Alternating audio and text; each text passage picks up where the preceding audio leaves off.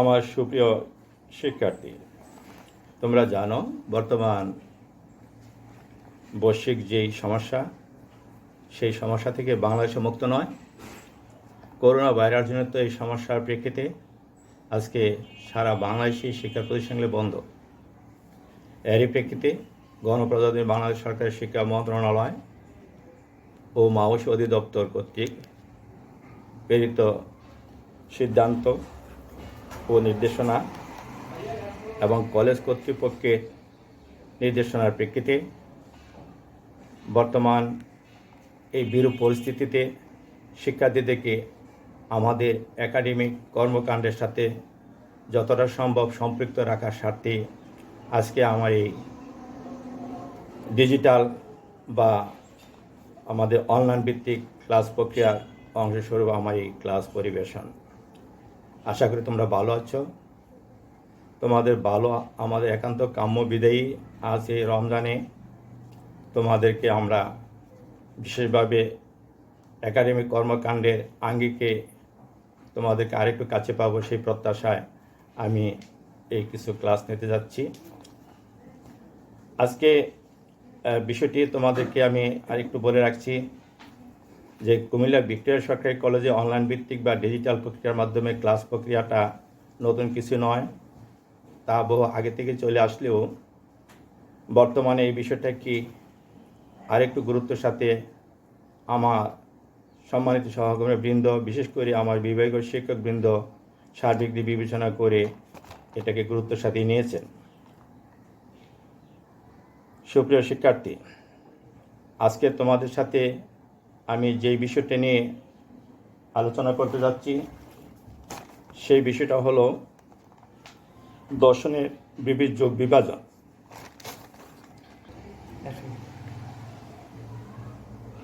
এখানে ডিজিটাল কন্টেন্টে আমার পরিচয় দেওয়া আছে, তারপরে আমি বলে রাখছি আমি প্রফেসর মোহাম্মদ রফিকুল ইসলাম, দর্শন বিভাগ, কুমিল্লা ভিক্টোরিয়া সরকারি কলেজ। দর্শনের প্রথম বর্ষে অনার্স অধ্যয়নরত শিক্ষার্থীদের জন্য আজকের আলোচ্য বিষয় প্রাচীন ও মধ্যযুগ সহ দর্শনের বিবিধ যোগ বিভাজন। উল্লেখ্য যে এখানে প্রাচীন ও মধ্যযুগটাকে আমি বেশি প্রাধান্য দিয়েছি, এই জন্য যে বিষয়টি তোমাদের প্রথম বর্ষের সিলেবাসের অন্তর্ভুক্ত। এছাড়াও আরও যোগ রয়েছে, সে দুইটা যোগ আরও যেটি আছে সেটা হলো আধুনিক যুগ ও সমকালীন যুগ। তা আমি প্রাচীন মধ্যযুগ এবং আধুনিক সমকাল সম্পর্কে আলোকপাত করব। বিশেষ করে আমি গুরুত্ব দেব প্রাচীন ও মধ্যযুগ তোমাদের সিলেবাসের আঙ্গিকে। চারটি যুগ এখানে নিয়ে আসার যে বিষয় কারণটি নিহিত তা হলো শিক্ষার্থীদের জন্য চারটি যুগ একসাথে এক নজরে দেখা সম্ভব হলে তাহলে যোগগুলো সম্পর্কে তাদের একটি তুলনামূলক দৃষ্টিভঙ্গি তাদের আসে, মূল্যায়ন করতে পারে, বিচার করতে পারে এবং কোন যুগের বিষয়বস্তু কী ছিল সেগুলো এক নজরে তাদের দেখার সুযোগ হয়। সেই দৃষ্টিকোণ থেকেই বিষয়গুলো এখানে উপস্থাপন করা। প্রাচীন যুগ মূলত প্রাচীন যুগ, এই যুগের সময়কাল ছিল খ্রিস্টপূর্ব 6ষ্ঠ শতাব্দী থেকে 529 খ্রিস্টাব্দ পর্যন্ত প্রাচীন যুগের বিস্তৃতিকাল। তোমরা হয়তো জানো, তবে বিষয়টাকে আমি আর একটু তোমাদের কাছে একটু বিস্তারিত তুলে ধরছি এই জন্য যে প্রাচীনকাল সম্পর্কে শিক্ষার্থীদের ধারণা অস্পষ্ট থাকার কারণে অন্যান্য যুগগুলো সম্পর্কে তাদের ধারণা সেই রকম মানে একটু পরিপক্কতা পাওয়া যায়নি বিধে এই বিষয়টাকে আমি আরেকটু ক্লিয়ার করার চেষ্টা করছি। প্রাচীন যুগের মোটা দাগে খ্রিস্টের জন্মের 600 বর্ষ আগ থেকে শুরু করে 529 খ্রিস্টাব্দ পর্যন্ত এই সময়কালটাকেও তিনটি ভাগে বিভক্ত করা হয়েছে, তোমরা জানো। একটি ভাগ ছিল খ্রিস্টের জন্মের 600 বর্ষ আগ থেকে তথা প্রাচীন গ্রিক দার্শনিক থেলিস থেকে শুরু করে সক্রেটিস পর্যন্ত। এটাকে বলা হয় সক্রেটিসের পূর্ববর্তী যুগ তথা খ্রিস্টপূর্ব 6ষ্ঠ শতাব্দী থেকে 429 খ্রিস্টাব্দ 430 খ্রিস্টাব্দ অব্দ পর্যন্ত। খ্রিস্টপূর্ব 6ষ্ঠ শতাব্দী থেকে 430 অব্দ পর্যন্ত এই সময়টাকে বলা হচ্ছে সক্রেটিসের পূর্ববর্তী যুগ, প্রাচীন যুগের প্রথম ধাপ যেটি সেটি। প্রাচীন যুগের দ্বিতীয় ধাপ যেটি বেশি আলোড়িত সেটা হলো সক্রেটিসের পরবর্তী যুগ তথা সক্রেটিস, প্লেটো এবং এরিস্টটল। এই ত্রিরত্নের প্রেক্ষিতে প্রাচীন যুগের দ্বিতীয় ভাগটিকে আমরা পেয়েছি। প্রাচীন যুগের দ্বিতীয় ভাগটি হলো খ্রিস্টপূর্ব 430 অব্দ থেকে 320 অব্দ পর্যন্ত প্রাচীন যুগের দ্বিতীয় ভাগ। প্রাচীন যুগের একটি তৃতীয় সর্বশেষ ভাগ যেটি, কারণ প্রাচীন যুগের তুমি জানো 3টি ভাগে বিভক্ত করা হয়েছে। প্রাচীন যুগের সর্বশেষ ভাগ যেটি সেটা হলো এরিস্টটলের পরবর্তী যুগ তথা এরিস্টটল থেকে শুরু করে প্রক্লাস পর্যন্ত, অর্থাৎ 320 অব্দ থেকে 529 খ্রিস্টাব্দ পর্যন্ত। এটা প্রাচীন যুগের সর্বশেষ ভাগ। আমি এই বিষয়বস্তুগুলো পরবর্তী আলোচনা করতে যাচ্ছি সুযোগ পেলে। আপাতত আমি যুগ বিভাজনগুলো দেখে রাখলাম তোমাদেরকে। এখন আসো তোমরা মধ্যযুগের সময়কাল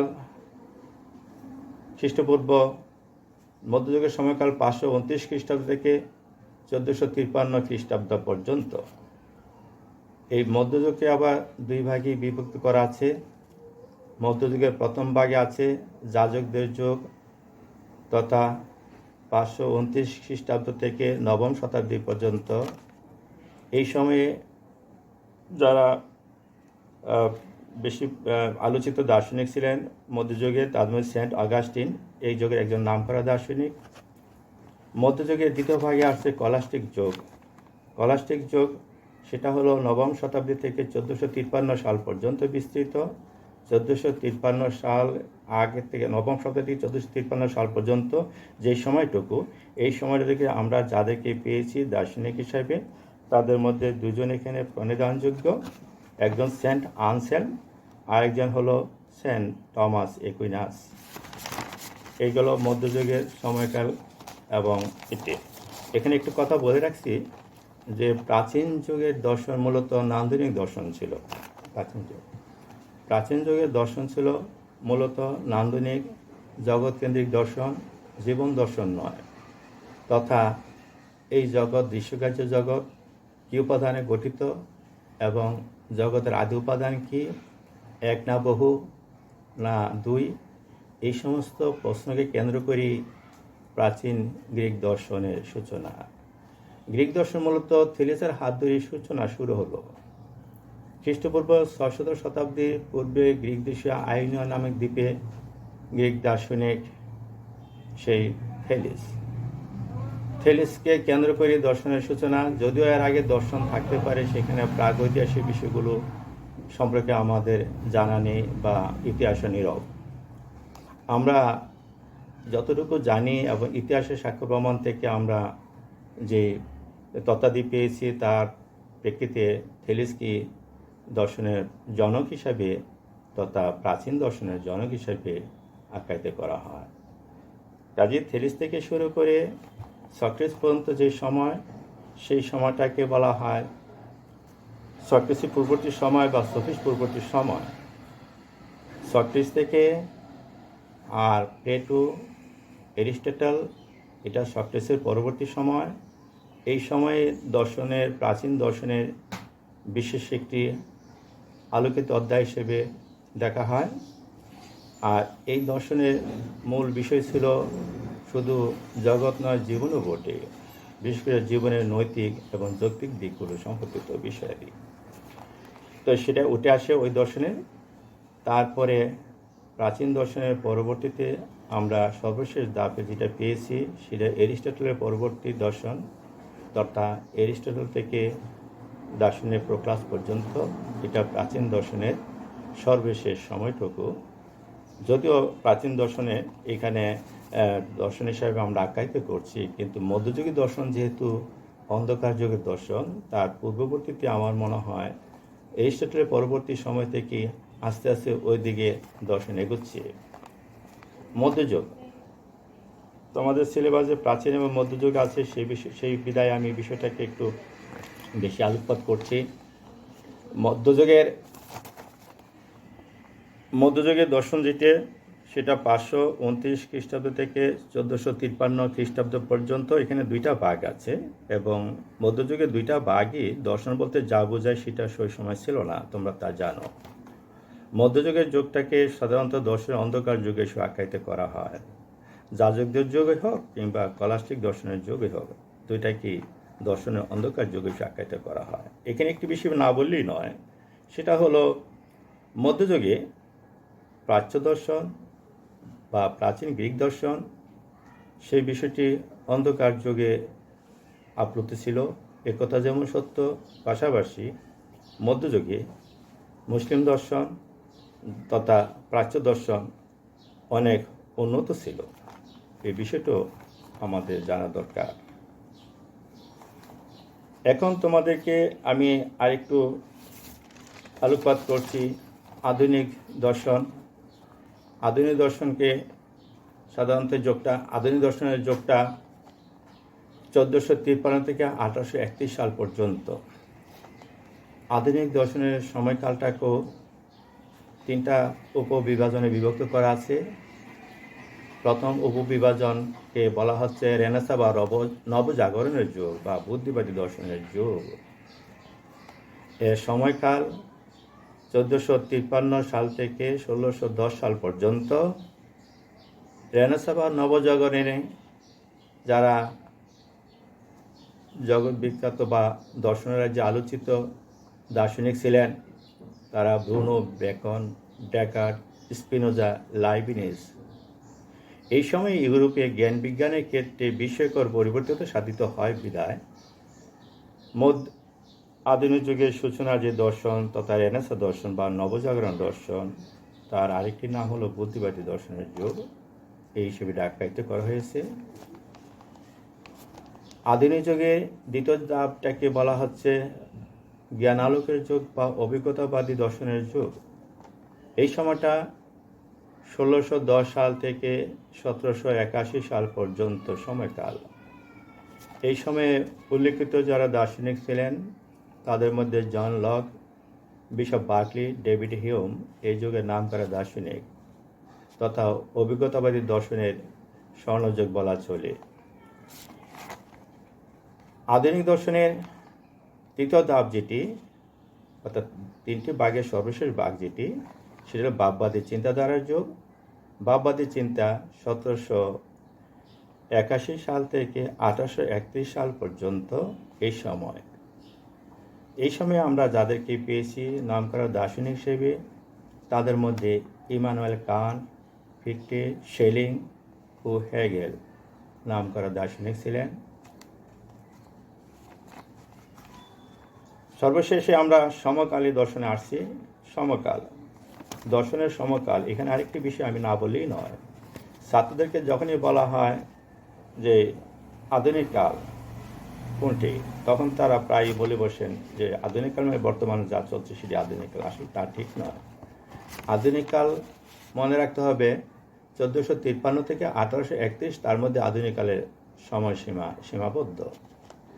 এর আগে পরে অন্য কালগুলি নিহিত, কিন্তু 1831 সালের পরে যেটা শুরু হয়ে গেল সেটা সমকাল, সেটাকে আধুনিক কাল যেটা বলা যাবে না।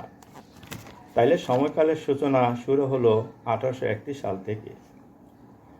1831 সাল থেকে সমকাল কেন হলো তোমরা জানো। জার্মান দার্শনিক, সমকালীন বিখ্যাত জার্মান দার্শনিক হেগেলের মৃত্যুর সালকে কেন্দ্র করেই সমকালের সূচনা। সমকালের পরে দর্শনের চেহারা বিবিধ রূপে বিকশিত হতে থাকলো।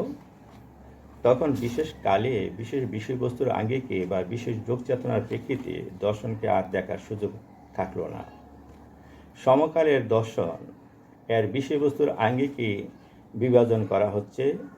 সমকালের যে দর্শন, তার প্রয়োগ পদ্ধতি, তার মানবিক মূল্যবোধ এবং যৌক্তিক নির্দেশনা ইত্যাদি সার্বিক দিক থেকে বিবেচনা করলে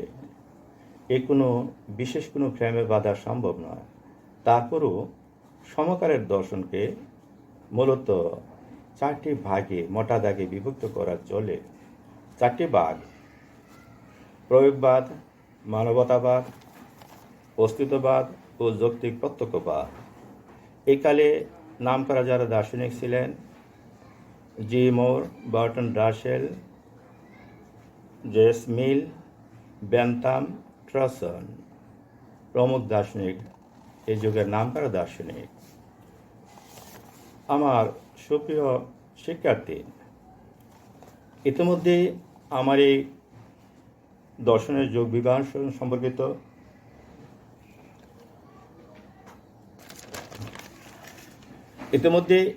দর্শনের যোগ বিভাজন সম্পর্কিত তোমাদের সামনে যে বিষয়গুলো আমি উপস্থাপন করলাম সেইগুলো সম্পর্কে আরেকটু আমি সামনে টেনে দিচ্ছি।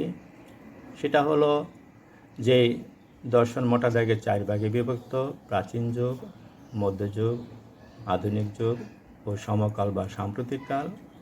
প্রাচীন যুগের 3টি উপবিভাজন আছে, মধ্যযুগের 2টি ভাগ, আধুনিক কালের 3টি ভাগ আছে। সমকালের ভাগ এভাবে সময়ের দিক থেকে ভাগ না করা হলো, বিষয়বস্তুর আঙ্গিকে 4টি ভাগ আছে। এই বিষয়টা কেন উপস্থাপন করলাম?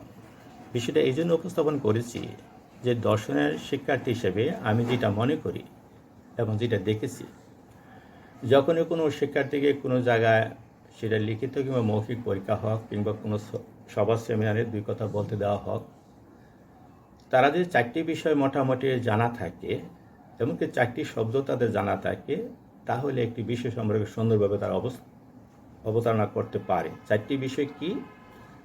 যে ধরা যাক মিস্টার এক্স, ইনি কোন দেশের দার্শনিক, কোন যুগের দার্শনিক, কোন তত্ত্বের দার্শনিক এবং তার নাম কি।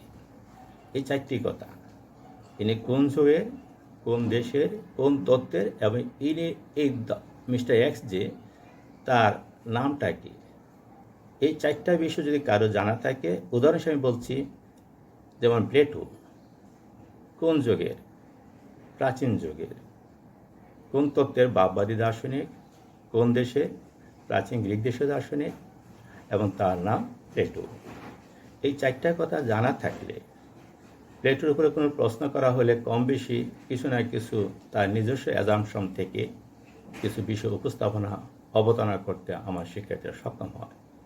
সুতরাং আরেকটি বিষয়, 4টি যুগ একসাথে আলোচনা করার আমার আরেকটি উদ্দেশ্য, যখন এই যুগগুলো বিভিন্ন সময়ে বিভিন্ন ইয়ারে আমরা পড়াই, ছাত্ররা আলাদা আলাদাভাবে মূল্যায়ন করতে গিয়ে কখনো কখনো একটি ভুলে বসে এবং একটিকে আরেকটির সাথে উপযোজন করতে গিয়ে সে হুচট খায়, কিংবা এক যুগের সাথে আরেক যুগ মিশিয়ে দেয়।